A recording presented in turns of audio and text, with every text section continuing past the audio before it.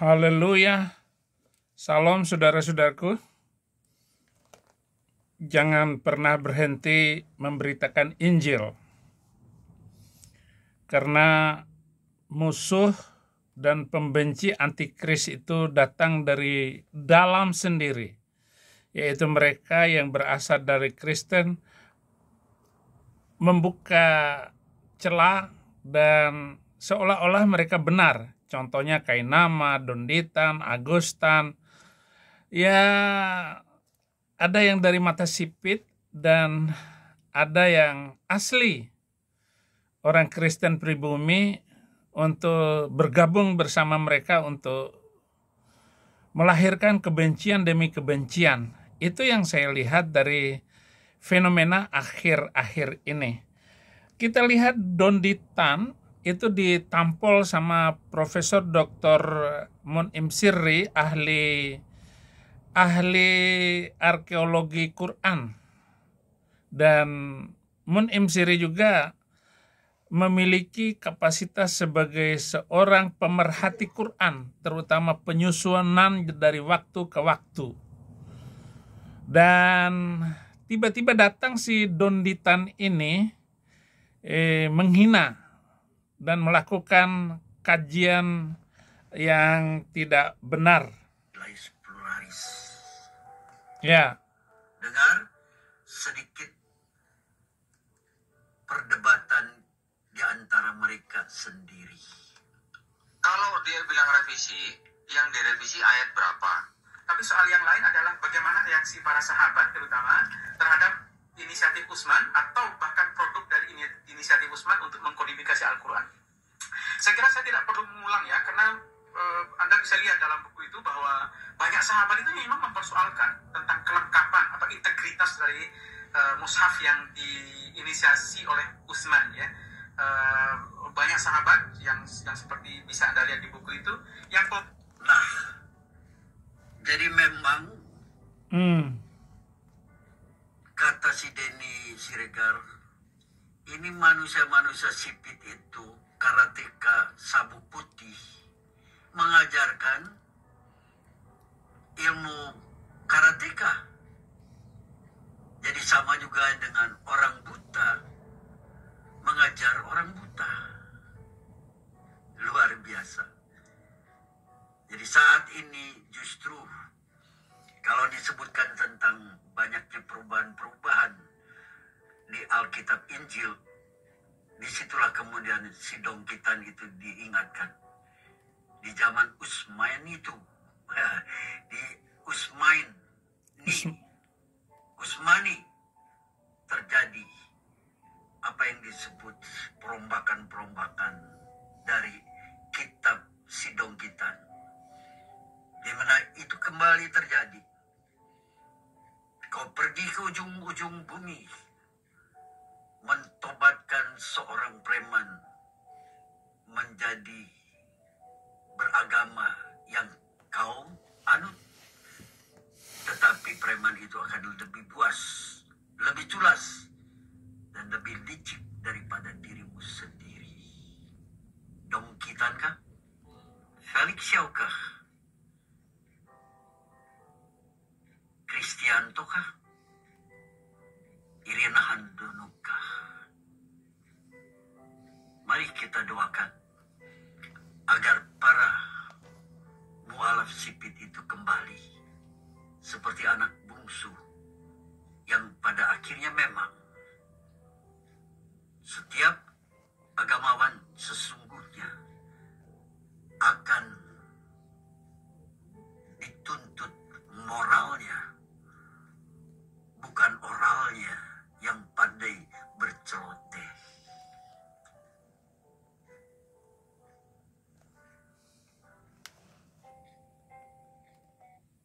Ya.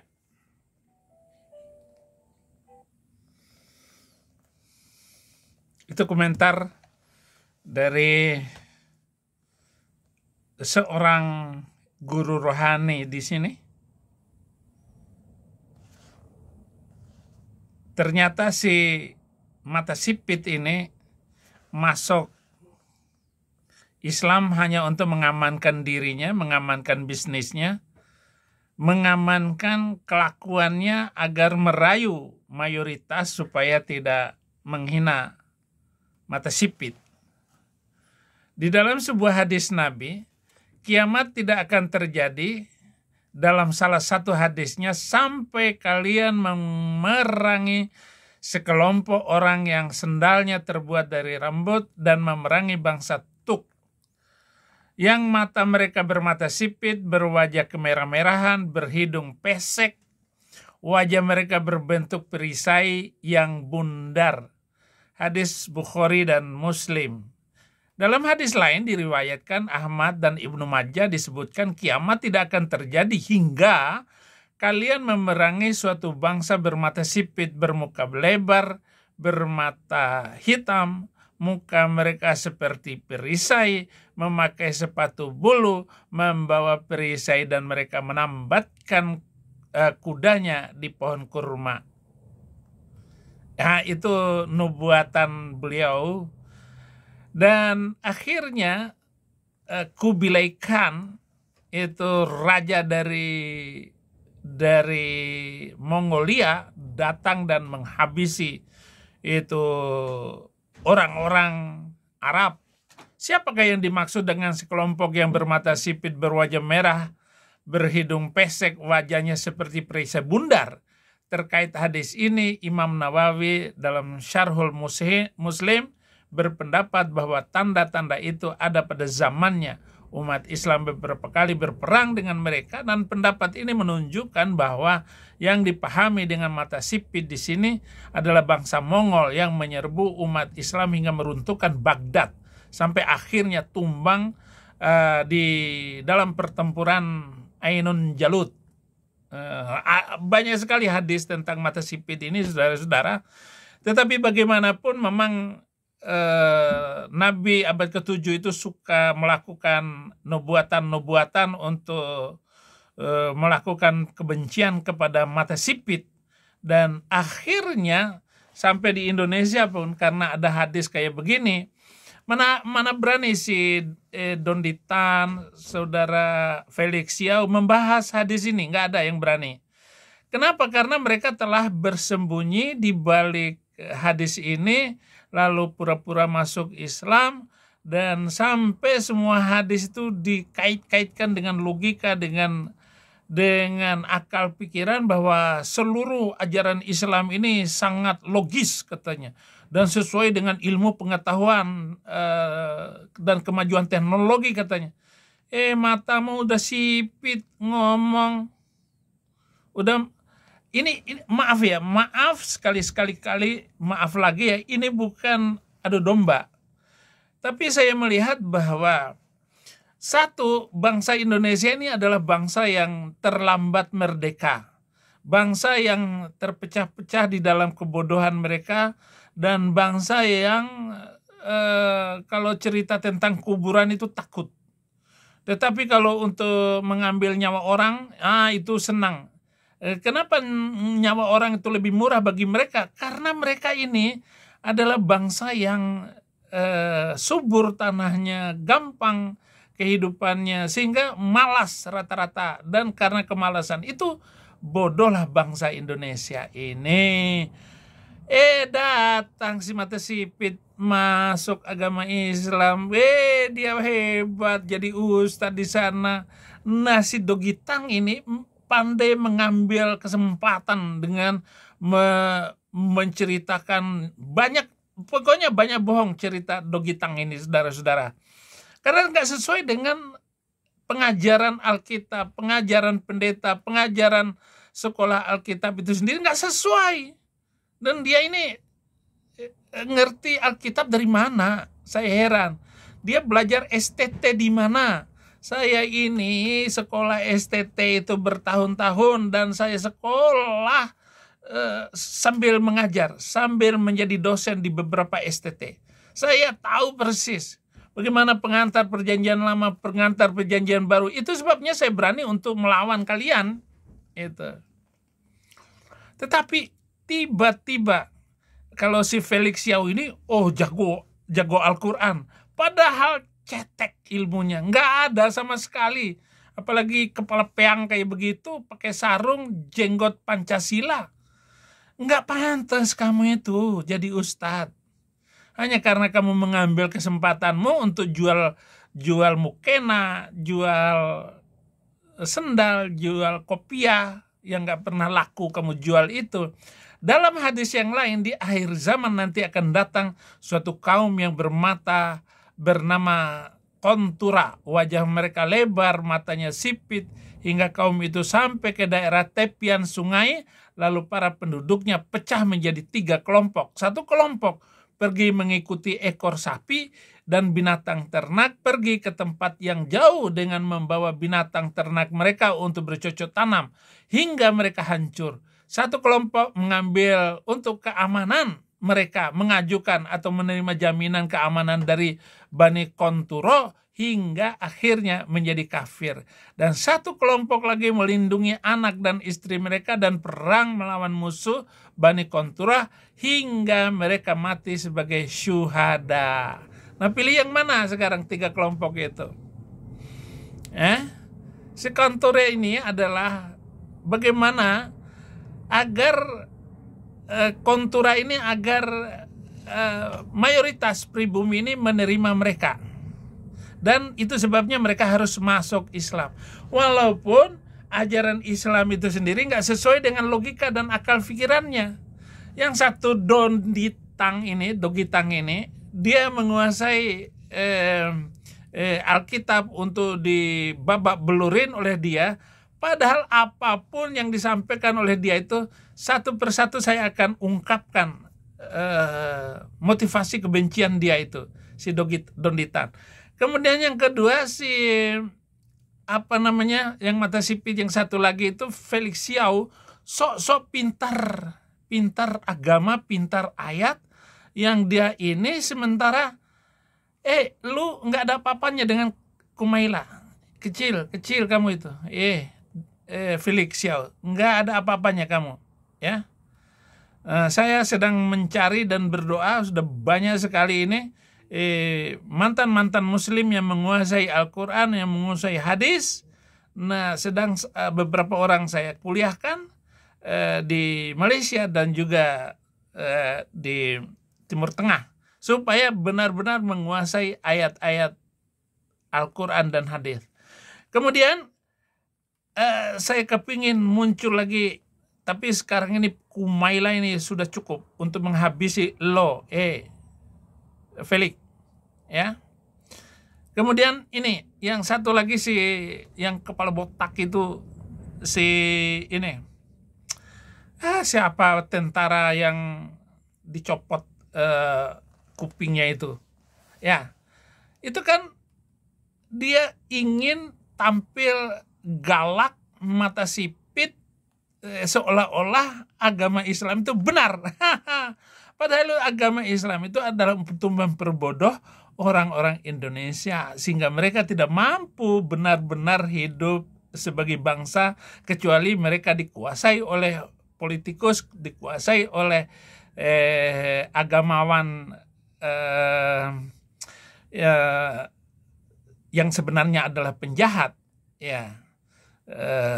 Agamawan yang sangat alim tapi hatinya kotor, itu kebanyakan. Ini dimanfaatkan semua, yaitu orang Islam rendahan, orang Islam ya ngaji aja nggak bisa, itu memang digunakan, tetapi dipengaruhi hatinya supaya mereka itu hebat.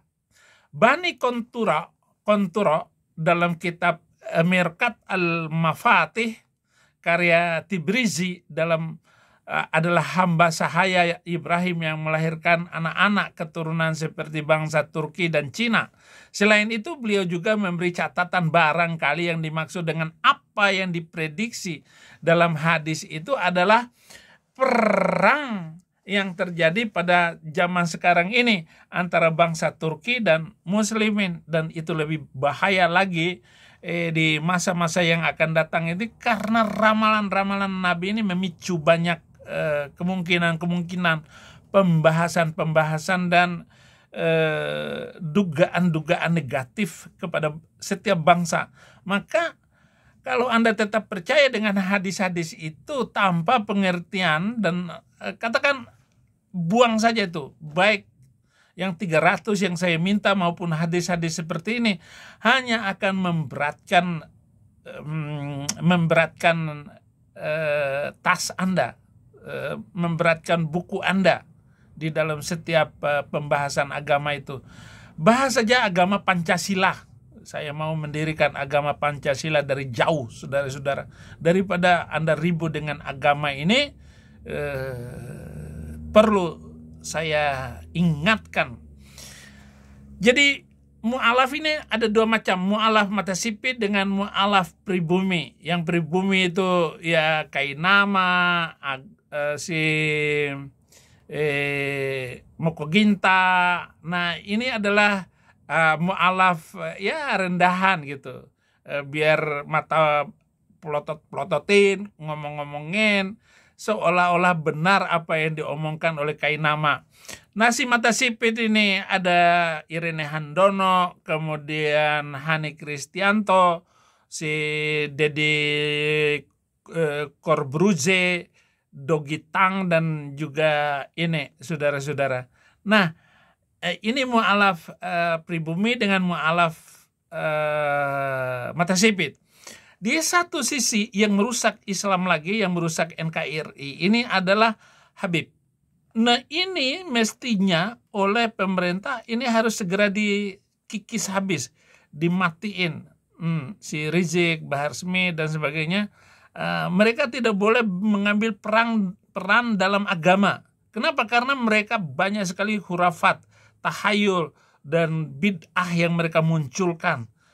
Karena bukan ajaran Muhammad yang mereka tampilkan.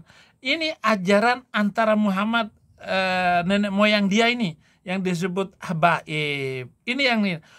Tetapi dua-duanya ini sama-sama penghancur NKRI. Penghancur itu. Nah, kalau Pak Prabowo memulai peran di tahun pertama ini, ya harus banyak pekerjaan yang zaman Jokowi tidak berani lakukan itu.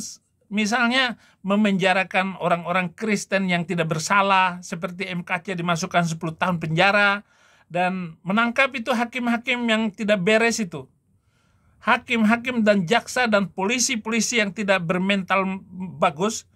Bambang Siregar yang menjadi lawan saya dulu itu harus dihabisin, itu polisi macam begitu tuh, turunin jabatannya, buang. Dan Bambang Siregar, kamu harus tahu ya, dengar baik-baik kamu. Mentalitas kamu busuk.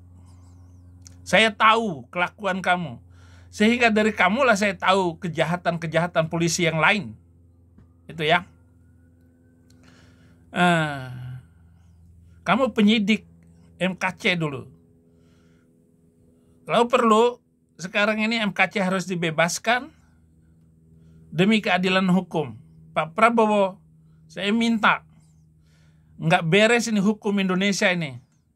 Maka timbul kekacauan di dalam masyarakat itu.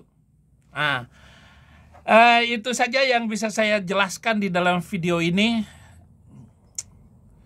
Jangan sampai datang Genghis Khan dari Mongolia untuk menutup bangsa Indonesia yang terlampau banyak gegabah di dalam beragama.